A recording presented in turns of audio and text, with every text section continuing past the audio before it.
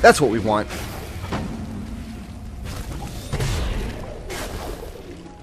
So we can block off this lava flow, which will allow us to access a door beneath us to the left. This lava flow here, now we can get through to that door. So we have to make our way to the top of the volcano and then kind of slowly make our way back down. But there's something in Suikoden, the original Suikoden, that kind of does add some extra weight to Gremio's revival, because in that game, the main character of the game has a magic rune called the Soul Eater rune, and it literally eats souls. That's what it does, yo. It's not just a clever name. So in the game, there's 4 levels of the Soul Eater, and you level it up as people in the plot die. So first, one of the hero's allies dies, and the Soul Eater levels up. Then Gremio dies, and the Soul Eater levels up again. And then the hero's father dies, and the Soul Eater levels up again. And then the hero's best friend in the world dies, and it levels up to its maximum power. So the idea is that you're becoming more and more powerful by feeding off the souls of these people who die in your arms. And at the very end of the game, as a cutscene, the Soul Eater uses a level 4 a level 4 ability to thwart the main villain. That's what we want to do. That's the jinx right there. That's the stuff. That's the chronic. There's a cutscene, and you see the souls inside. We can jump to that wall. Okay. Where do we go here? Oh, we just go around. We do this. That's the stuff. And can we... We probably save point on the ledge, but no further to the left. And whether you save Gremio or not, by getting the hundo, you still see Gremio's soul inside the Soul Eater. And the implication of that is kind of horrifying a little bit. Because, yeah, Gremio's body is alive and is walking around, but his soul is still inside the hero's magic rune. Like, yeah, we were able to bring him back, but his soul is still gone. And as far as we can tell, when both that hero and Gremio make a cameo appearance in the sequel of the game, as far as we can tell, it's still the case. Gremio's alive and walking around, but the hero still has access to all these Soul Eater abilities. The implications are a little bit horrifying. Why did I do that? Why did I do that at all? We need to drop this thing. Drop the thwomp and then ride the thwomp back up. We Mario Maker now, kids! Oh, we gotta get up to that wall. I bet I could triple jump straight up there, though. It's fine. So, the revival mechanic at the end of Suikoden, if you get the hundo, it really is earned, because in one case, it never happens again. It's a once-in-a-lifetime thing. You never see it anywhere else in the... There's like 7 games in that series, if you count the spin-offs. You never see that happen again anywhere.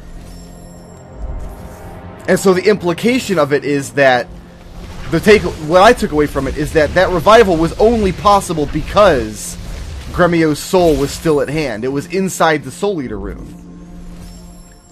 And so she was... the Wicked Witch of the West was able to bring Gremio back. I remember this scene. This is another use the control stick scene, because you got to aim these directly at these guys with a control stick, and then the door opens up. But even though his soul was close at hand,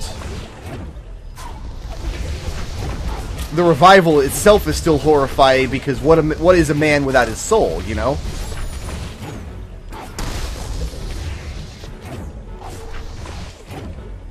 Then we got to make our way up here. Okay.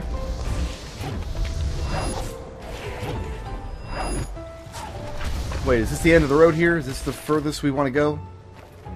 Okay, we drop a save here, and now we can destroy everybody and go back. That's what we want.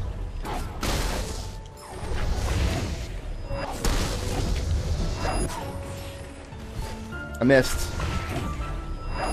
There, last time we got him. Now you. Get pooped on. Two other RPGs that have these revival mechanics that I think work really well.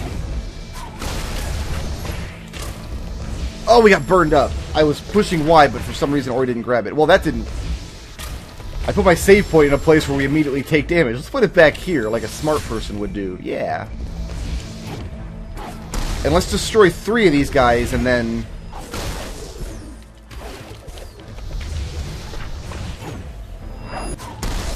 go back and save, so I don't have to kill them again if I die.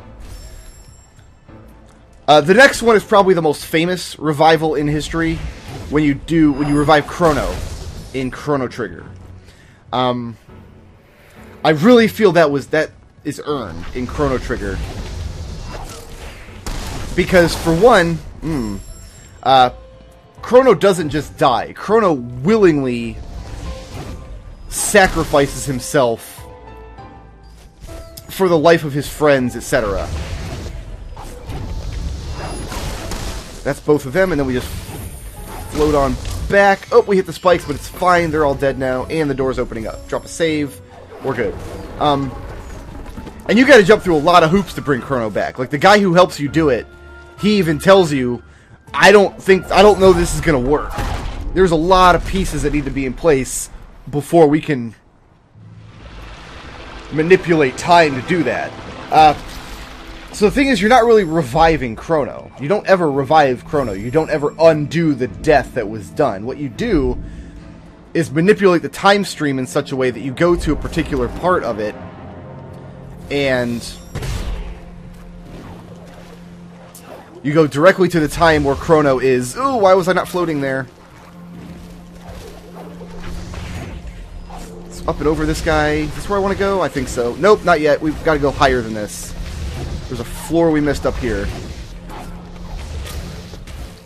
Yeah, we missed a floor there. Not a problem, not a problem. We'll just go back and get it.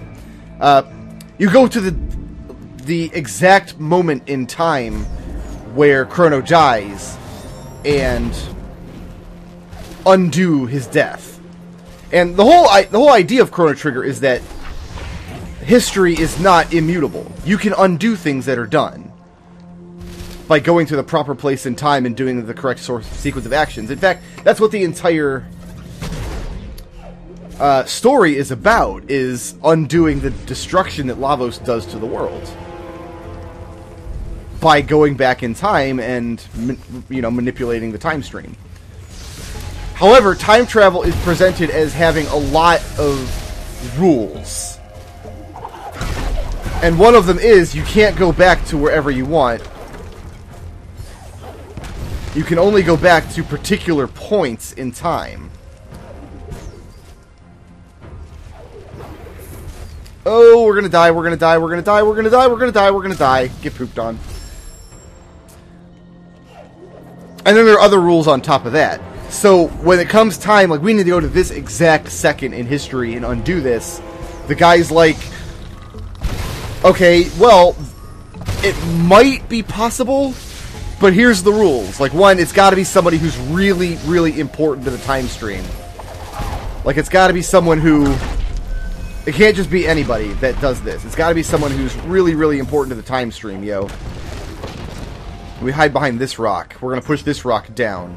We're going to hide behind it first, though, and probably take 2 cycles to get it where we're going. And Crono is indeed really, really important to the time stream. Then he's like, okay, now you've got to do this exact sequence of things. You need this really special item, which the game is named after, by the way. The time egg is called the Chrono Trigger. It's what the game is named after. Like, so if you find this unfindable artifact, and this person is unimaginably important to the time stream, and then you find an exact duplicate, something that looks exactly like him, it might be possible if you go to this unreachable place in the universe. If you do all of these impossible things, it might be possible to bring Crono back. And so it is. You do all of the impossible things, and you make the impossible possible. I think now we want to go up here. Yeah. And then there's the third one, which is probably the biggest counterexample to revivals not happening. And you're going to have to stick with me on this one, because this is kind of... wait. I can't do it near enemies, but over here I can do it. Over here is near enemies. Over here, closer to the enemy, is fine. Gotcha, gotcha. The last one I'm going to talk about is Aeris in Final Fantasy VII. And immediately you're going to be like, wait a minute, but you very pointedly can't revive Aeris. That's what the game is about.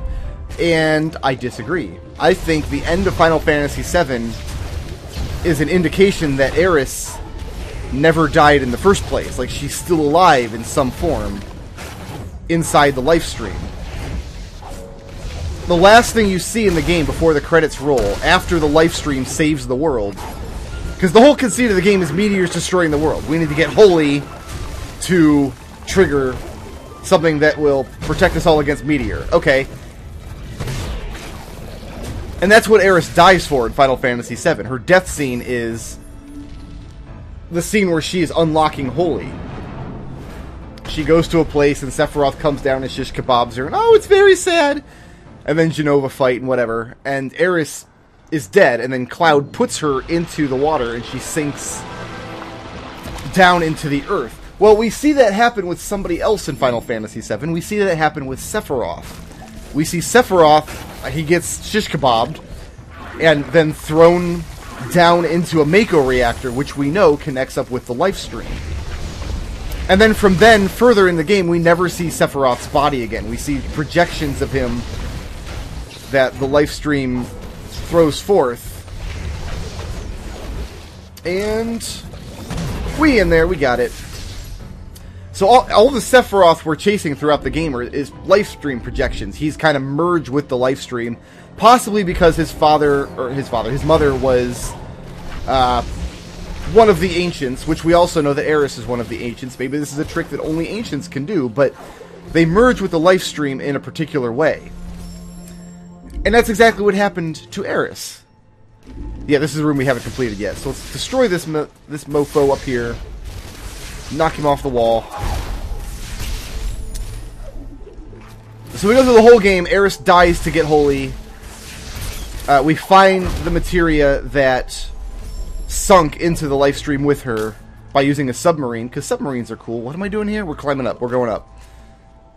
Right, we need to use the control stick here to aim perfectly at these walls and go up. Actually, we probably don't. We can just triple jump, because we got that going for us. So Aeris dies in Final Fantasy VII, but she doesn't die like a complete death, her like body and spirit. And we know this because Sephiroth doesn't either. When Cloud throws Sephiroth into the life stream, part of Sephiroth survives in the life stream. And so Cloud he says, like, Sephiroth died. He died. He's back, and that's bizarre and miraculous. Here's a scene from Guacamelee riding this guy on up. But if you're careful, you pay attention to what actually happens in Final Fantasy VII. What happened to Sephiroth also happens to Aeris. Exactly the same thing. Her body is killed. She's placed into a conduit of water that we know connects with the life stream. We want to go up here. Yeah, I think we want to go up. No, we want to go around and push that block down.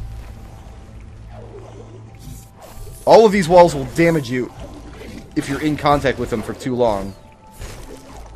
That's a lot harder without triple jump, so... Oh, we got punked anyway. That guy got his shot in. Fine, take your pound of flesh. So yeah, the very last thing you see in Final Fantasy VII is, oh, meteor's destroying the world. Quick, summon Holy. Oh no, now Holy's destroying the world. This is terrible. But then the life stream surges forth and acts as a shield and protects the planet from both the destructive power of meteor and Holy. And the very last thing you see before the credits roll is Aeris' face waking up, surrounded by the same glow that we see in the life stream.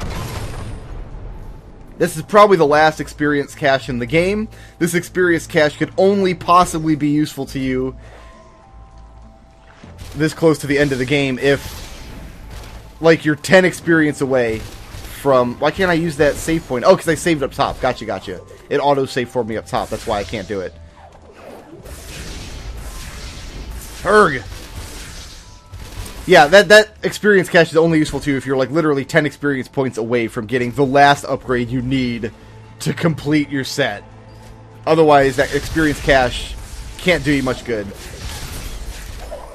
So, my point isn't that revival is bad. My point is that you've got to do it correctly, and Ori is just like, look, she's back alive! We can be happy now! And we used magnet boots to do it. Oh. It bugs me. Now, Final Fantasy VII HD is going to come out. It's not out at the time of this writing. Okay, we can't super jump off this because we can't stand there long enough to get the super jump to come out. But we can go over this way. Oh, it's just life. Gotcha, gotcha. Final Fantasy VII HD has come out, and dollars to donuts, there will be a way to revive Aeris in such a way that you can, like, use her in your party. Take that to the bank. That's going to happen. That's a thing that will happen. Here again, we need to shoot at a weird angle here.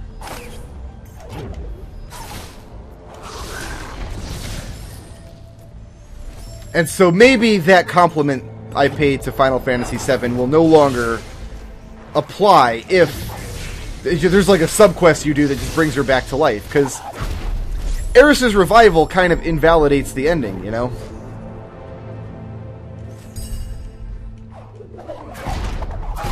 Same with this ability cache. Like, what's the point of that?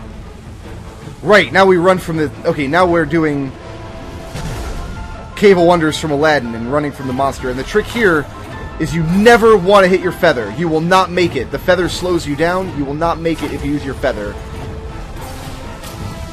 I didn't make it anyway. I tried to reposition myself. I pushed left for a split second. Super jump here. The dash ability pauses the game, but it doesn't actually, like, it actually pauses time for you. And we made it. Oh, the first few times I tried that, I tried doing it, like, with the feather to position myself. Not possible. Can't be done. I don't know why we're... Oh, this is a life cache, not an ability cache. I was going to say, I don't know why I'm even going for these ability caches anymore, considering how little they matter.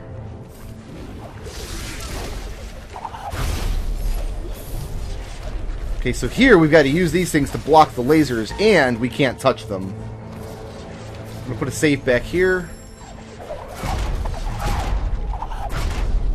So, all of the... Like, the entire source of Ori's drama is that Ori's mother dies, sacrificing herself, giving the last of her food to Ori. But it doesn't matter because she comes back to life. And then the question is just, well, why don't we do that with literally every other character in this game that dies? In those other examples I brought up, with Gremio, with Crono, with Aeris, there's reasons why we can't just bring back everybody. Why revival is something that is unique and, like, almost literally unique. It can never happen again. Only under this very specific set of circumstances. But the set of circumstances in Ori seems to be hold the magic bucket next to their dead body and they'll be fine. I got an ability point, but I don't think I can spend it. Oh, did I miss a room up here? I think I missed a room. We didn't go in this room. Whoops.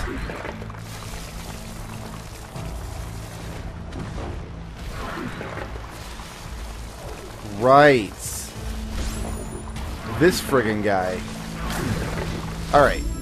Yeah, we missed a room. Let's go back and get this, and we're almost done. We want to super jump! Get over, get over, get over!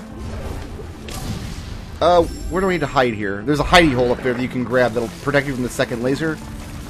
Gotta remember where it is. Oh, I know where it is. Right here. Boom. Got it.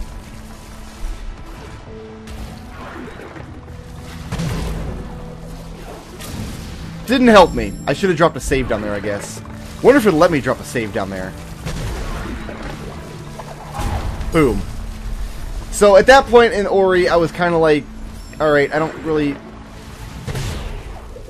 not really invested in this story anymore. Do I want to go up and grab that wall, maybe? Shoutouts to BT Sierra, who sponsored this video, and to everybody who helps make my channel possible by supporting me on Patreon.